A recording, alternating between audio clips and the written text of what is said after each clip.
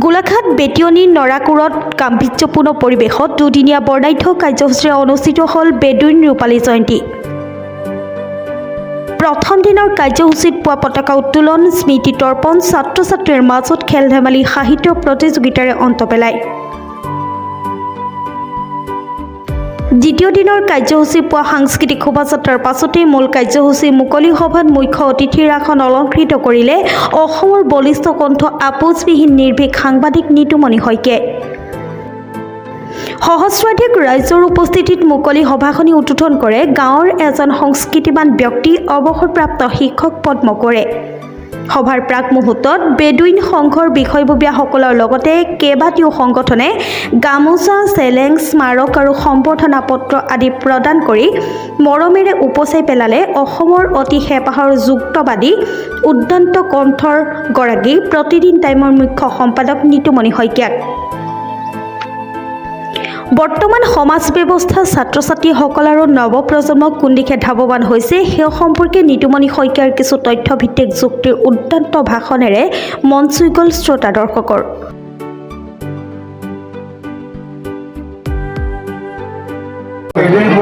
ৰূপালী জয়ন্তী ভাষণ ৰাখিলে সঁচাকৈ এটা কথা সমগ্ৰ ৰাইজে সাংবাদিক মই যিহেতু এখন বেঞ্চাৰ স্কুল মই নিজে প্ৰতিষ্ঠা কৰিছিলোঁ সেই সূত্ৰে মই নবীন শইকীয়া ছাৰৰ লগত মোৰ এটা ওতঃপ্ৰোত সম্বন্ধ আছিল। তেখেত যিহেতু অসম হাইস্কুল শিক্ষক সংস্থাৰ সম্পাদকত আছিল, গতিকে আমি স্কুল চৰকাৰীকৰণ হ'ব নহ'ব এনেকুৱা ক্ষেত্ৰত তেখেতৰ লগত প্ৰায় আমি যোগাযোগ কৰি আছিলোঁ। তেখেতৰ ঘৰলৈও মই আহিছিলোঁ। এইখিনি কথা বাদ, গতিকে মই ৰেজিষ্ট্ৰেশ্যনৰ সময়ত আমাৰ ফুলখালী মানৱ কোঁৱৰে আপুনি কেনেকুৱা অকণমান অনুভৱ ক্লাবটো ৰেজিষ্ট্ৰেশ্যন কৰিব আহি ভাল লাগিল।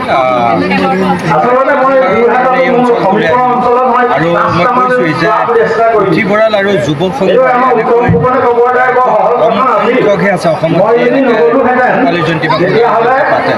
আৰু মই ভাবোঁ যে গোলাঘাট জিলাত মই বহুত সভা কিন্তু প্ৰথমবাৰৰ কাৰণে আহিছোঁ গোলাঘাট জিলাত এটা যুৱক সংঘ আৰু পুথিভঁৰাল ৰূপালী জয়ন্তী আৰু ইমান ঘূৰি খাই পৰিছে।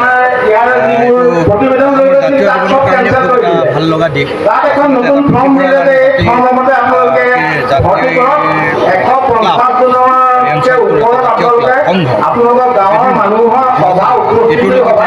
জড়িত হৈছে আৰু মই ভাবোঁ এই অঞ্চলটোৰ কাৰণেই নহয়, কিতাপ নপঢ়া হৈছে সময়ত যদি গ্ৰাম্য পুথিভঁৰালবিলাকে এই মদ ভাং খোৱাৰ পৰা যুৱকসকলক গুৰুত্ব ক্ৰীড়াৰ লগত শাৰীৰিক মানসিক বিকাশৰ লগত যদি জড়িত কৰিব পাৰিছে, তেতিয়াহ'লে মই ভাবোঁ তেনেকুৱা যুৱক আমাক আৰু লাগে। তেতিয়া জাতিৰ কাৰণে ভাল।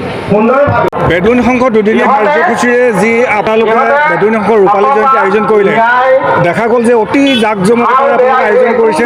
বিশেষকৈ বিশিষ্ট অতিথি হিচাপে সংবাদ জগতৰ এজন ভোটাৰ পৰা বুলি ক'ব লাগিব নিতুমণি শইকীয়াদেৱ উপস্থিত আছিলে। গতিকে অনুভৱ কি, কাৰ্যসূচী কিভাৱে কেনেধৰণে ৰূপায়ণ কৰিছে?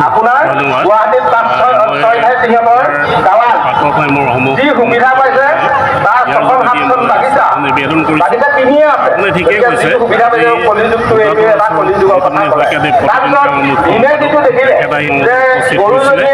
আমি তেখেতক আমাৰ অসমৰ পুথিভঁৰালৰ বিষয়ে অৱগত হৈছে। মই প্ৰতিষ্ঠা কালত জড়িত হৈ আছোঁ 92 চনৰ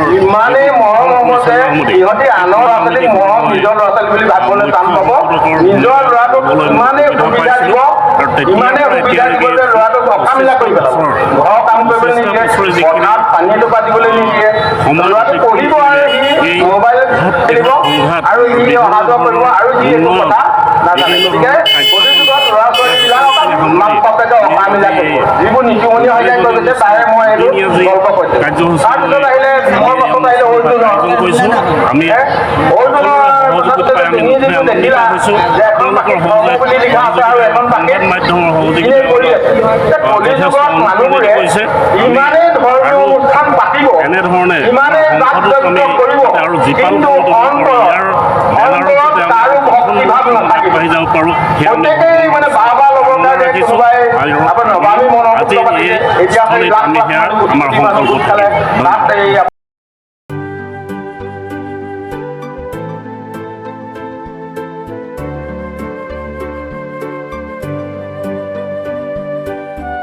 গোলাঘাটৰ পৰা Jayanta Kumar Gogoi report Pratah time digital.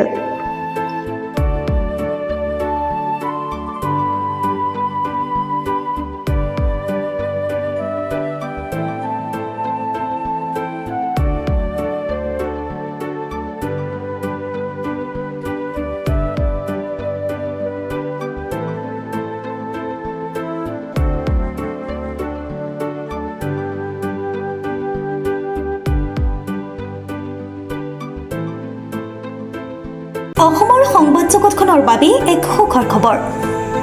আপোচবিহীন ৰাইজৰ কণ্ঠ সাপ্তাহিক কবচ পুনৰ এবাৰ অসমৰ ৰাইজৰ মাজলৈ।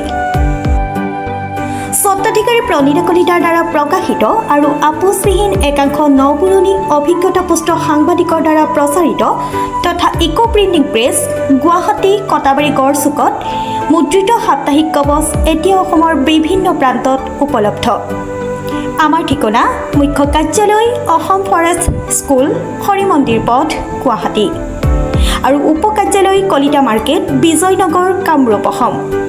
মোবাইল নম্বৰ হৈছে 9435114666 70024728113।